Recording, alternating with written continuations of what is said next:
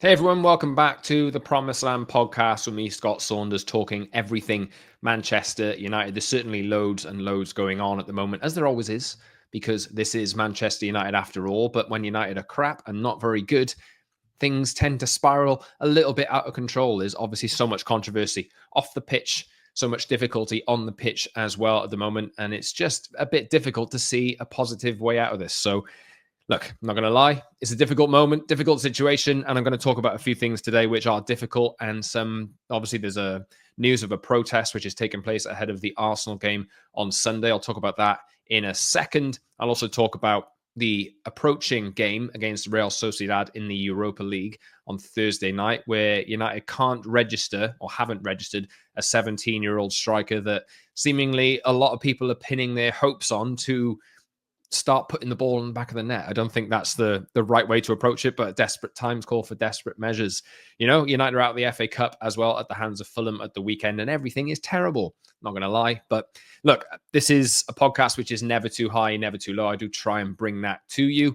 Take a bit of a measured perspective on things that are happening around Manchester United. So if you like that, if you want a bit of that, then please subscribe to the podcast, the Promised Land Manchester United podcast. You can find it on Spotify, Apple, and any other audio platform that you frequent and that you use. Please give a 5-star review, leave a comment as well, and share with your mates if they're United fans and you would like to spread the word. I would really appreciate that. Follow me on social media as well at @Scott Saunders on X, Instagram, and TikTok, and also subscribe on YouTube to the Promised Land Manchester United podcast. As I say, TPL MUFC if you want to put it in the search bar on YouTube. And like the video, subscribe to the channel, and leave a comment.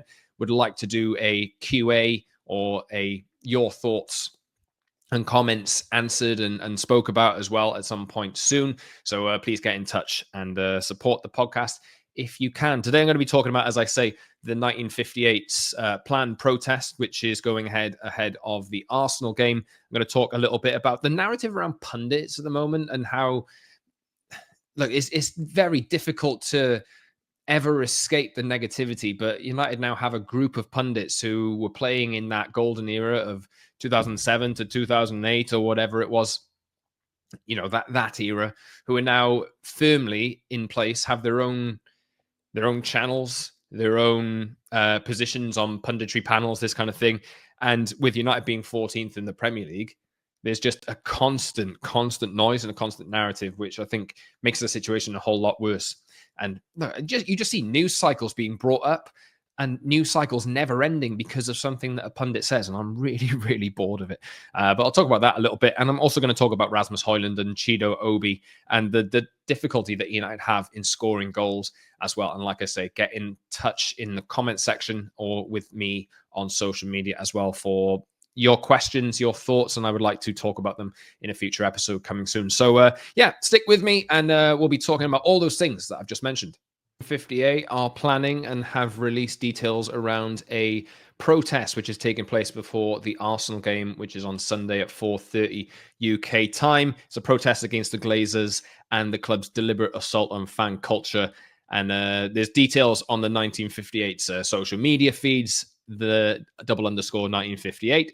If you are going to the game, your debt, not ours, is the message. If you're going to the game and you want to get involved in it, then obviously that's demonstrations around this ownership are completely necessary. I think fans need their voices to be heard, and it's very, very important that that is displayed. And this consistent message being brought to, you know, fans not having to suffer at the hands of a football club that's been bled dry by a family that has been taking money out over £1 billion, you know, over the course of the last 20 years. It's completely necessary, I think. And they've also asked in the latest release to signify that the club is dying. People who are getting involved in that to wear black, and I think just to show the damage that is being done. And look, fully back it. You know, it's if it's done properly. Obviously, it needs to be done properly and needs to be done respectfully, and fans need to be heard. But there's a right way to do it, and I think from what I've seen, this is going to be the right way to do it. It's like on the afternoon of a massive game as well. And it's very important that fans' voices are heard, because look, your debt, not ours, is very, very pertinent at the moment. I see my emails for the good last few matches now since the ticket prices, the ticket price increase conversation has come about. The club are trying to shift tickets because they can't, and that is just not something you really associate with Manchester United down the years. It's just not. And I think there are some decisions, as I've mentioned on this podcast a bunch of times. Ineos have come in and they are getting a lot of bad press, but I think they are making a bunch of decisions which are completely necessary for me, for the club to turn the corner that you know, they've been turning slowly, to turn it back in the other direction. I think some of the decisions that are being made in terms of cost cutting are unpopular but necessary, I think. And United have been slowly dying for a long time, but I think the decisions that Ineos have made have brought that more into focus. And I think while there are things that I agree with from a business perspective that Ineos are doing, because I can see the problems that the club have, I can see that there's not really many ways out apart from doing this and cutting back. £66 for tickets are pathetic, really. And it's just not something that we need to see. It's not something that fans should be punished for. Fans should not be made to pay more money to go and watch the football team, especially when they are 14th in the Premier League, just recently 15th in the Premier League, and really not competing. This is the worst Manchester United team I have ever seen. And I think that is the case for a lot of people as well who are around about my age. And look, it's necessary. Let's see what happens. And it's a good day to do it as well, with Arsenal visiting. It's going to get a lot of mainstream attention, you would think. And a message needs to be sent. And what happens, I don't exactly know after this, but it's very important that fans are made to be heard, and hopefully some decisions that Ineos are making that are damaging the pockets of fans who have just followed the club blindly for a number of years now, or for generations, or for varying degrees of time. Fans should not be punished for this. And I think that sending a message like this is completely necessary, even while some of the decisions that Ineos are making are probably for the benefit of the club in the long term, given the debt that is on the club, and given the Glazers still have like a massive controlling interest in the club as well. And given the debt is out of control, given the debt interest is out of control, given the transfer owed money on transfers are out of control, given the lack of success on the football pitch over the last few years, the club is slowly dying. It is slowly dying. And I feel that Ineos are trying to make decisions to turn that round. And I think this is probably the most painful part that we will see in order to turn the corner. But even if those measures work and those measures do turn United around, the problems still remain and will always remain until the Glazers are out of the football club. So it's something that needs to be done. Fully back it, and let's see what happens. Hopefully there's a big display of passion. Bring the heat, bring the noise, bring the passion is the message from the 1958. And you can go over to their social media feed at the _1958 for more details on it. And I think more details are being released throughout the week as well. But yes, just did want to say something on that, because I feel like it's necessary to happen. And I'll get on with the rest of the podcast just in a second. But, if you're there, go support it and send a message. Now, on the last TPL, I talked about the defeat at home to Fulham on penalties. And I didn't mention Rasmus Hojlund's name too much in it, and Chido Obi. I think I kind of glossed over it. So I did want to spend a little bit more time talking about the problem that United have in scoring goals. But I'll do that a little bit later on. But first off, I wanted to talk about something that is a very common theme at the moment, and is it's just so see-through and so annoying, and so it just makes the whole situation a whole lot worse than it actually is. Even though the situation is terrible with Manchester United at the moment, everybody has their own say. And ultimately, we're in a world where everybody is empowered to have their say. And I have a podcast where I can have my say on things as well.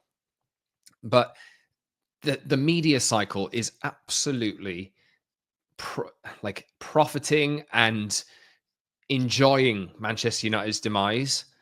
And I think former players are having a big part to play in this as well. They're obviously massively relevant because a lot of them have just finished playing in the last 5 to 10 years. Some of them are becoming managers. Some of them, when they're not managers, become pundits.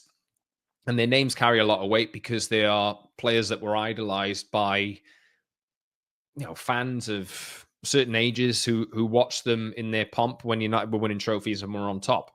But it seems to happen like once or twice a week, possibly more because there's so many of them. There's Paul Scholes, something he says on the overlap, something Gary Neville will say on the overlap, something Jamie Carragher, who'd never played for Man United, obviously, but something he says on the overlap, something that Wayne Rooney said on Match of the Day when United were beaten by Fulham, for example. Rio Ferdinand has his own platforms as well and is quite outspoken at times.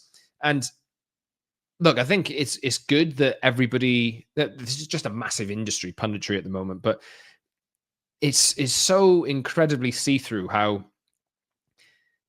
the talk about the game, it can be taken, but then something that a pundit says just takes the story on an extra 2 days, even more. And it's ultimately, I think, when Ruben Amorim is having to answer questions in almost every press conference about something that a former player has said, it must be grating on him. Like, he's got enough problems to deal with as it is. I feel like the job that Ruben Amorim is doing, and I think the decision that Ineos have taken over the course of the last few months is just to shut out the noise as much as they can. And Ruben Amorim does I think he does a very good job of not talking nonsense and giving the honest answer. People are suggesting that's maybe to his detriment. And I do want to do a longer episode on if Ruben Amorim is too honest and the benefits and the drawbacks that his comments have. But I think United need to get to a point really where, look, this will stop really if things turn around on the pitch. And ultimately, you can look at Ruben Amorim for the results and say that you're not doing enough in the sense of looking to get results now because he's so married to the system that he wants to play. But I do feel like what Ruben Amorim is doing and his steadfastness in terms of the system that he's playing and the fundamentals that he's trying to instill in the team that he's playing, even if a good 90% of the players that are playing in the 11s are not suited to the system that he's playing, United need to draw a line in the sand here. They are making, and Ruben Amorim himself said in his last press conference that Ineos are making unpopular decisions or something along those lines. I can't remember the exact quote that he said. I don't have it in front of me, but I do have another one. It feels like he is being completely honest, and the decisions that Ineos are making are with no real regard for how it looks publicly. And I think they're throwing the PR out the window in a sense. Whereas, back in the day, you'd look at Ed Woodward and things that he would say, and you'd look at how Erik Ten Hag or other managers have spoken about United in the past, and Ten Hag in particular, I suppose. The way he used to talk about how things were okay, it used to make him look a little bit delusional.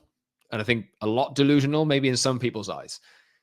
But I think United have looked at the situation now, and the people that are running the club have looked at the situation now and are coming to a conclusion that we need to cut out the noise and just be completely honest and not really worry about what's being said outside. It will still infiltrate into press conferences. It'll still infiltrate probably into players' minds as well.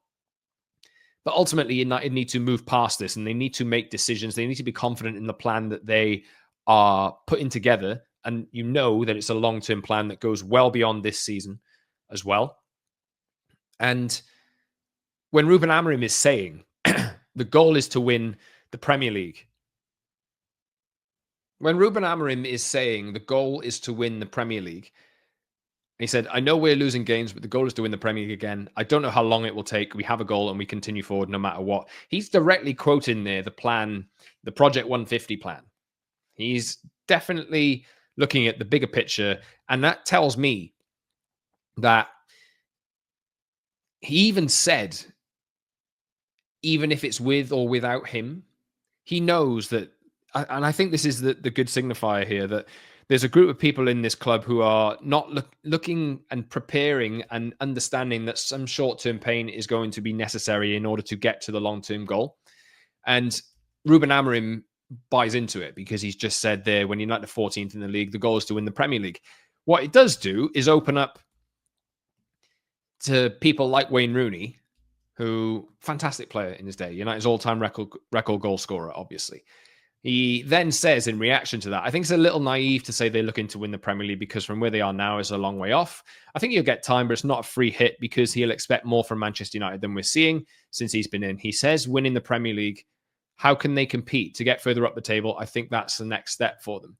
And I loved his response. I really did. And some people are divided on Ruben Amorim, and some people are looking at him and thinking that this is not the guy. This is not the guy. But I think he's so confident and believes so strongly in himself that he then goes and says, that is the goal. Winning the Premier League is the goal. Because Wayne Rooney said something. It was then asked directly back to him, I think within a few minutes, that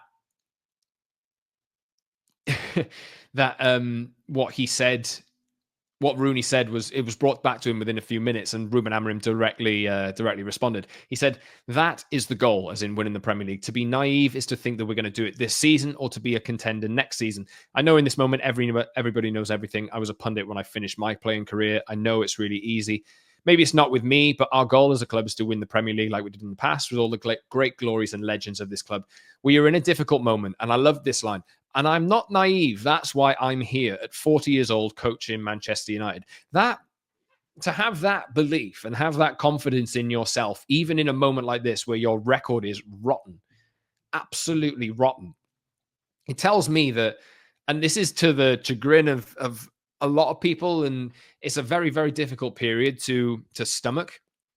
But that tells me that United are looking beyond this season, and everybody who is working behind the scenes is, you should never write off a season, but I think there are so many problems with this team that if you tried to cover over them, then you would just probably keep ending up in the same loop that you're in. Now, I see that Ole Gunnar Solskjaer is doing amazing at Besiktas at the moment. I don't think anybody's really said recently that we want Ole back or whatever.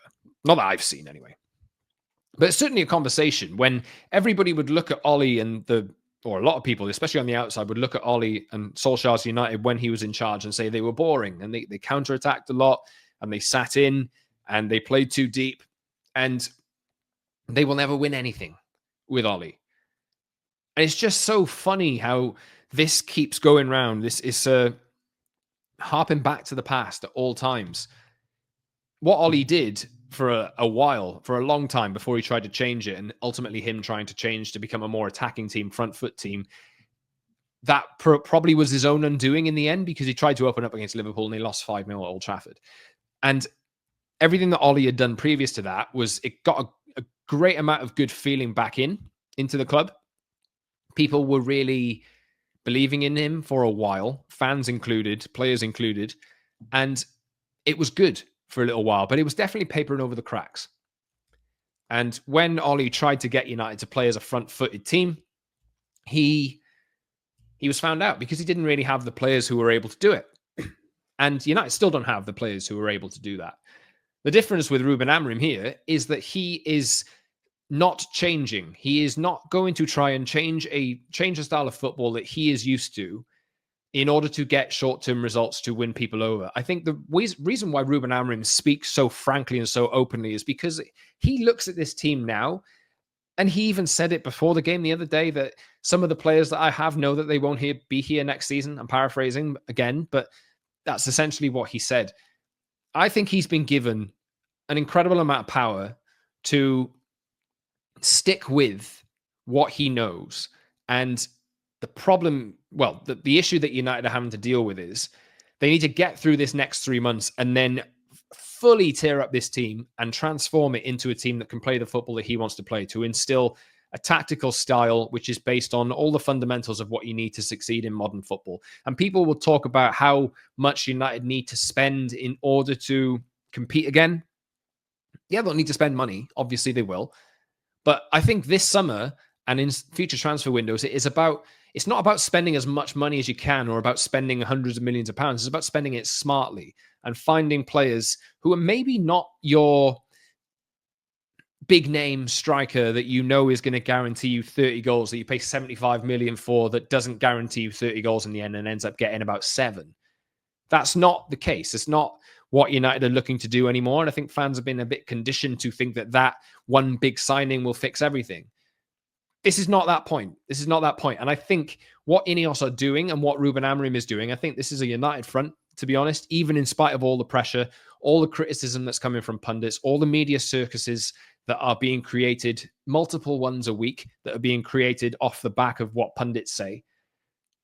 And I really do think, honestly, I know there's a protest going on and there are definitely things to protest because it's hitting fans in the pockets and the Glazer ownership is the worst thing to happen to this football club in a generation.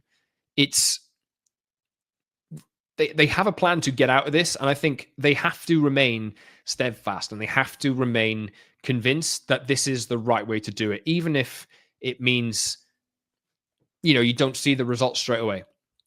I really think that the state of change to the playing squad is so deep and so fundamental that Ruben Amorim thinks, I'm not going to have 10, 15 of you next season. So I'm going to stick with this and I'm going to start drilling home the message in every training session to the players that will stay. So I think we're looking at, looking at the youth players, especially the players that have been signed recently and the players that could be breaking into the first team, and maybe a few of the signings that have been made over the past couple of years and a few of the players that do fit the system or can fit the system. I think the message getting through to them is the most important thing. So they have an understanding of how things go forward for when that squad evolution comes. I really do think that this is going to happen. And look, you can look at the European games and Real Sociedad. Massively, massively important that United go and win the Europa League, even though I don't think that they will. I've talked recently about how United are favourites for it. They're now not favourites because they're playing so poorly. Athletic Bilbao and Tottenham are ahead of them. And if Tottenham win the Europa League ahead of United, good grief. They don't win anything. But it's so important that Amorim tries to find a way to progress through this competition because it's the only competition that they have left. And it's unlikely that he will do so given the injuries that they have and all the problems that they have. That would be one way of unlocking more money and shortcutting and taking steps ahead in the rebuild process.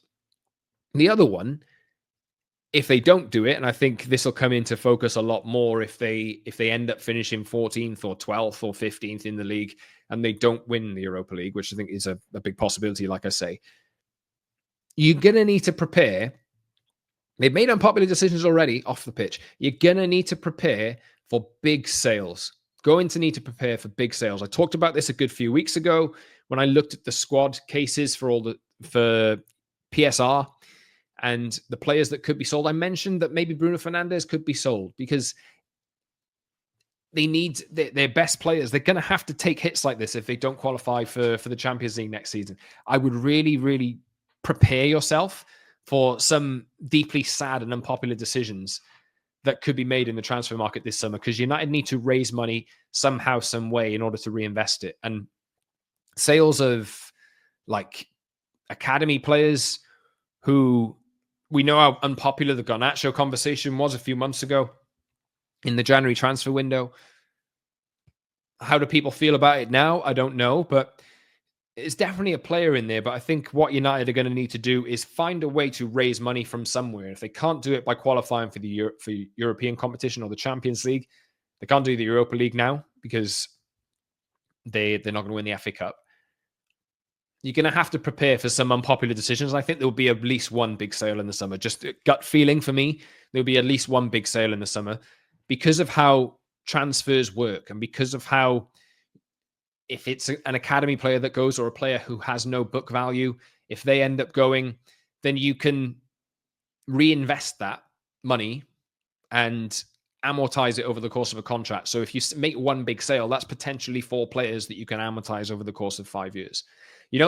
It's fundamentally massively, massively important that United get their profiling of players right. They don't all have to be the biggest name possible. They just need to fit the profile of what is required to play Premier League football and meet the intensity of it.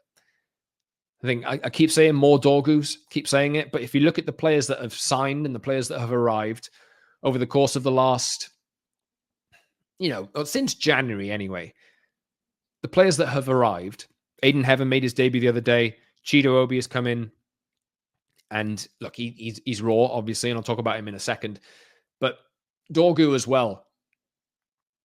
They picked Dorgu up from Lecce, who are one of the worst teams in Italy. And he's come in straight away. Yeah, he was sent off recently, and he's not had the best start. But you can see when he gets the ball, he is probably that natural fit for the left wing-back position. And then when he gets sent off in one of the games recently, you just think, oh no, we're going back to Diogo Dalot in that position. And you can see the limitations that Dalot has, and you can see what Dorgu adds in those areas. And the more that Dorgu practices, the more that he matures, the more that he gets in tune with what the system is, the better he will be, because he has all the physical aspects to be able to deal with it, I think, and has the technical aspects to deal with it as well. But United need more players like that. They just do. And I think my point here really is that, because I started this talking about pundits. Pundits are going to keep talking. They will keep talking. This news cycle is going to keep going. United can't fold into the pressure that brings with it. They need to, they have a plan. They need to stick with it. Stick with it and see it through. And I really do think that if United come out the other side, the only difference is whether they qualify for the Champions League or not by winning the Europa League. If they do that, they can possibly not make as many difficult decisions in the transfer market over the course of the summer. And they can maybe think, okay, we maybe don't have to make this big sale here because we've made this Champions League money here and we can reinvest that into the team. If they don't, which I think is more likely than not at the moment, they're just going to have to let a bunch of these over 30 players go, try and sell players that are not going to fit into the project, but you're not going to get too much money for those because of, like, for example, they need to raise 15 million for Casemiro not to make a loss on him. Whether that happens, I don't know, but United are going to need to do that if they can. But I think the big thing is going to be you either qualify for the Champions League. If you don't, expect a big sale, and it's going to be unpopular, I'm pretty sure. Like, there's players that I want to stay, but United have done their briefings over the course of the past few months. There's only 4 untouchable players in this team, and now there's no untouchable players in this team. Everybody's up for sale if there's a good offer. And look, ultimately, I think the plan is there. Ruben Amorim has his plan, has a way that he wants to do things. Is not going to change for any player that's currently here at the moment, because a lot of these players don't have long-term futures. So we'll see what happens. But get in touch with me if you agree with that. If you disagree with it, it's making for some awful TV and awful match-going experiences at the moment, because it's just awful watching United. But I think the decisions that they're making now, they have to remain steadfast in. They have to continue with. And I think it will be for the club's long-term benefit in the end, personally. Maybe I'm wrong. I know that there's people who think that Ineos are just in this for the money, but Ineos could have not bought this club and they'd be making more money than they're running at a loss for a lot of the time here. So it doesn't make any sense to look at it that way for me. But anyway, look, get in touch with me on social media at @double_Scott Saunders and let me know your thoughts. I'll be back in a second to talk about Rasmus Hojlund and the problem that United have in scoring goals. Now, United have tons and tons of problems. They really do, don't they? And problems off the pitch, problems on the pitch, and they don't win games. And one of the most important things, and probably the most important thing in terms of being on the pitch and having that problem, is that they don't score enough goals. And it's been a problem for a long, long time. And Rasmus Hojlund is getting the brunt of the criticism at the moment. And I think maybe it's been for a while, but I think more people are starting to catch on now. And for me, I've been very firm in saying that I think he doesn't get enough service over the course of the last few weeks. But my mind was changed a little bit, I've got to say, during the Fulham game when Chido Obi came on and had 3 big chances in the space of, what was he playing for, about 50 minutes extra time, plus I think it was around 20 minutes of the 90 that he had. 3 big chances in the space of that time that he was on the pitch. And Rasmus Hojlund has had 3 big chances in 22 Premier League games this season per statistics. statistics that have been out there and put out there since that game. And that's crazy stuff. It really is. And I think that Hojlund was brought in, obviously, and I've been a big critic of how he was brought in and how he wasn't supported and too much responsibility was thrust upon him at one time when he should have had a senior striker to be learning off and sharing the load with. But United didn't go that way. And ultimately, that is a decision that's made by the previous people who were doing transfers as well. United spent a hell of a lot of money on Hojlund, and it's turning out to be a problem. I think fans are getting frustrated with him. Fans are getting frustrated with his output. And I think there was a moment at Old Trafford against Fulham the other day where he tried to backheel it to Christian Eriksen.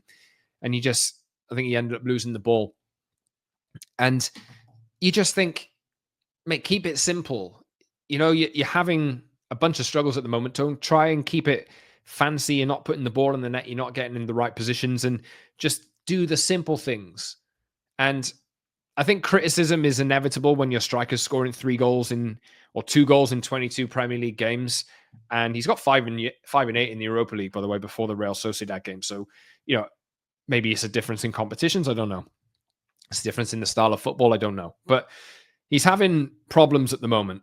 And when United have scored 33 goals in 27 Premier League games, and Hojlund's got 2 in 22, does tend to suggest that, it's a big problem and something that needs to be addressed. And United will probably end up addressing that striking position in the summer.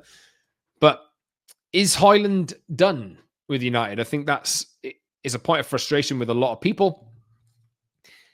And my mind was never really set on him actually being done. I thought he just needed a bit of help. But when Chido Obi came on the other day and was so involved, and for example, when Hojlund was facing up to Calvin Bassey and was losing the majority of the 1v1s with him, and then Chido comes on and makes a pretty much instant impact and bounces Bassey off him.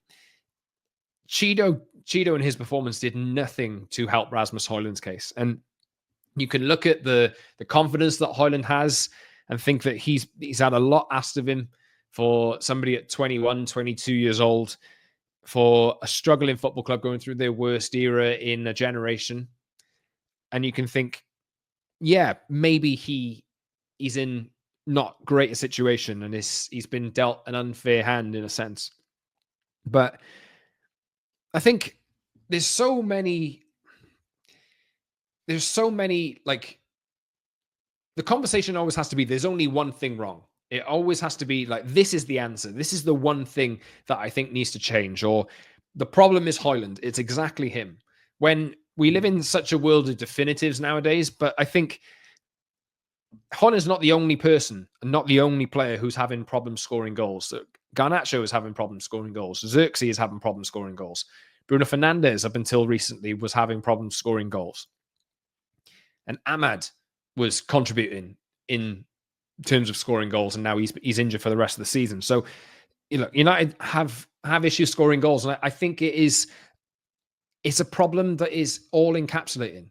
It's everything to do with United's build-up, everything to do with how United play, and probably there's some blame on the individuals as well. Yes, I think there is. But I think what you're looking at here is a problem that can only really be fixed, I think, when the personnel change in this United team. And I'm talking about the wing backs. I've said this many, many times, that and you saw this in the Everton game, I think recently, where Dorgu was getting the ball out on the left, advancing it forward, getting into the final third and crossing the ball. The crosses weren't great, but at least it was bringing up something different for Hojlund to get across the front post and have chances to score.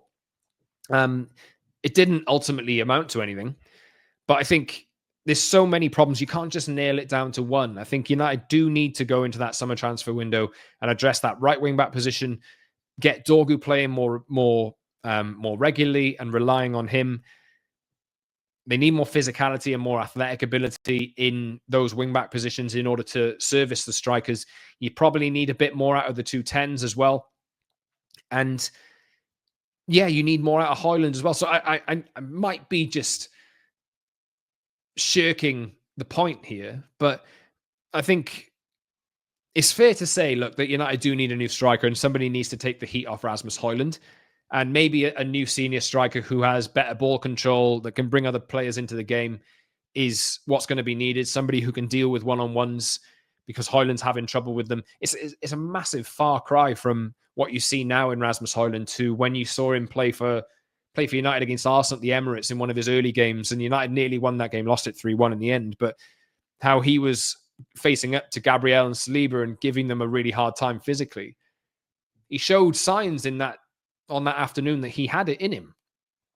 So what's happened is, unbelievable, really. What's happened is probably a loss of confidence, maybe different training methods. I don't know, but certainly he has a lot to work on. He has a lot to improve, and having a better first touch and being able to, hold the ball up and bring other players into the game. We do see it infrequently from Hojlund. I think he's got it in his locker, but we're just not seeing it enough at the moment. And ultimately, that's probably one of United's biggest problems in scoring goals, is not having a centre forward who can score them. But I really do think more things can be true at once than one thing.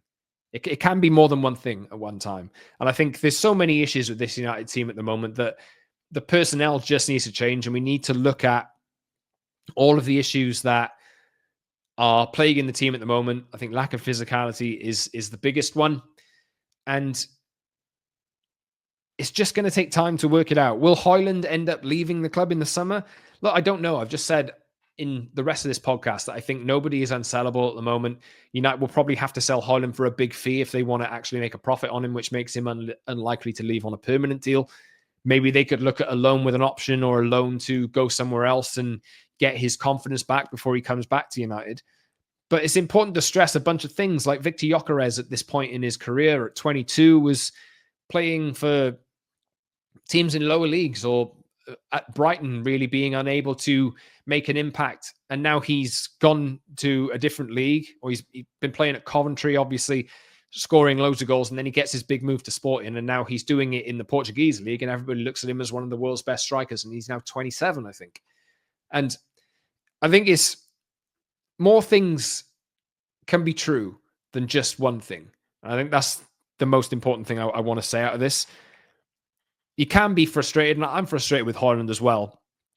But I think there are team issues here, and there's individual issues as well. I'm just saying that I don't think that one striker is going to fix everything. But when Chido Obi came on and showed that he has abilities maybe that Hojlund isn't displaying, and he is able to get into those dangerous positions to have chances to score, maybe through the rest of the season, they have to intertwine and they have to rotate in and out.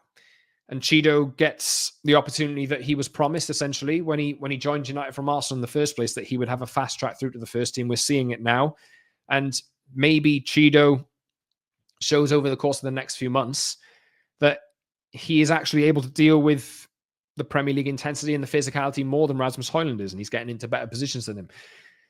Look, it's certainly not a good look to see a 22-year-old striker who's having trouble scoring and scored 2 in 22 Premier League matches, when a player comes on who's 17 years old and makes more of an impact than you've made in a fair old chunk of matches. It's certainly not a good look for him. And I think it's about confidence. It's about shortcomings in Hojlund's game as well. It's about maybe instincts. But it's also about the team. It's about the wing backs. It's about the 10s. It's about the team molding together and not really having this idea drilled in, or the physicality and the energy to execute it.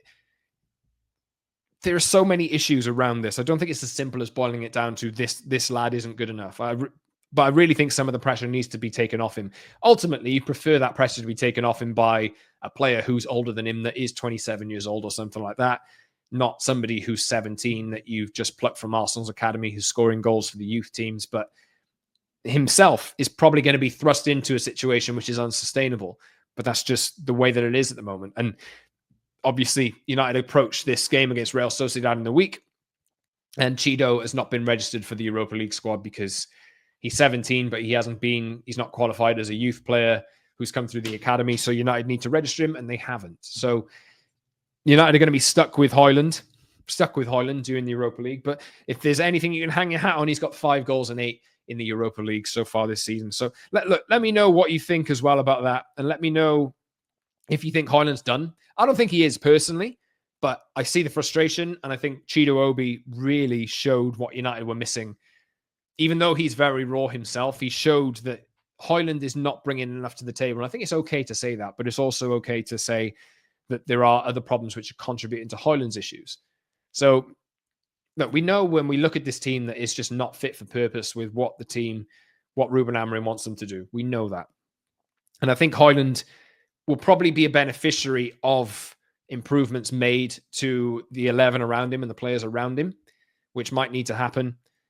But at the same time, I think he's going to have to work very hard to establish his place in the long term as the striker that United continually use. Maybe there's a better option that United bring in the summer and that they pay money for that Hojlund can learn from, because I think maybe there's still validation in that, and maybe he can take the load off who that senior striker is. But also, you don't want to block Chido's path either. So look, I think it really depends on what offers come in for Hojlund over the course of the summer, on whether United do end up shifting him out or sticking with him. We'll see what happens. But it's certainly a frustrating point for fans to watch Hojlund and the bad decisions that he makes. But, you know, I think that United do need a striker to come in. But at the same time, I'm not giving up on Rasmus Hojlund yet, but maybe you have. Let me know in the comment section. Let me know on social media as well at @_ Scott Saunders on X, Instagram, and TikTok. And get in touch on YouTube in the comment section, TPL, MUFC, or the Promised Land of Manchester United podcast. Subscribe to the channel, like the video, and leave a comment. And subscribe on audio platforms as well, Apple, Spotify, and wherever you do get those audio streams. Whichever platform you use, I should be there with the Promised Land podcast. Give a 5-star review and leave a comment on those episodes. And look, I'll be back at some point this week to talk more about whatever's happening at United, and get your questions in, as I say. If you'd like to send them through, I do want to do another episode talking about all your comments and all your questions. So I'll package that up and send that out to you soon as well in another episode of the Promised Land podcast. Until next time, everyone, I've been Scott Saunders. See you soon.